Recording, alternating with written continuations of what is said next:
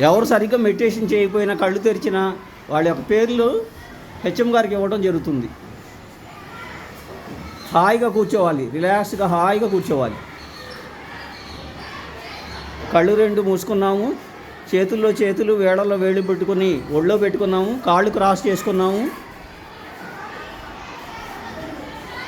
నోటిలో మౌనం, నోట్లో ఎలాంటి విషయాలు మననం చేసుకోకూడదు. సహజమైన శ్వాసని గమనిస్తూ ఉండాలి.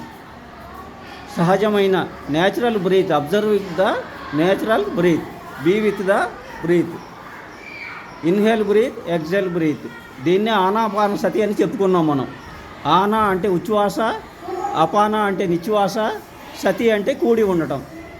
అంటే మన శ్వాసతో మనం కలిసి ఉండాలి. మన మైండ్ కళ్ళు తెరవకూడదు ఎవరు. మన మైండ్ అంటే మన ఆలోచనలు గతంలో ఉన్నాయా లేకపోతే ఫ్యూచర్లో ఉందా అనేది ఫోకస్ చేయాలి. జాగ్రత్తగా గమనిస్తూ ఉండాలి. ప్రజెంట్లో వర్తమానంలో శ్వాస మీద ధ్యాస పెట్టాలి.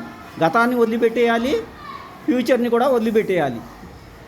వర్తమానంలో శ్వాస దగ్గర ఉండాలి.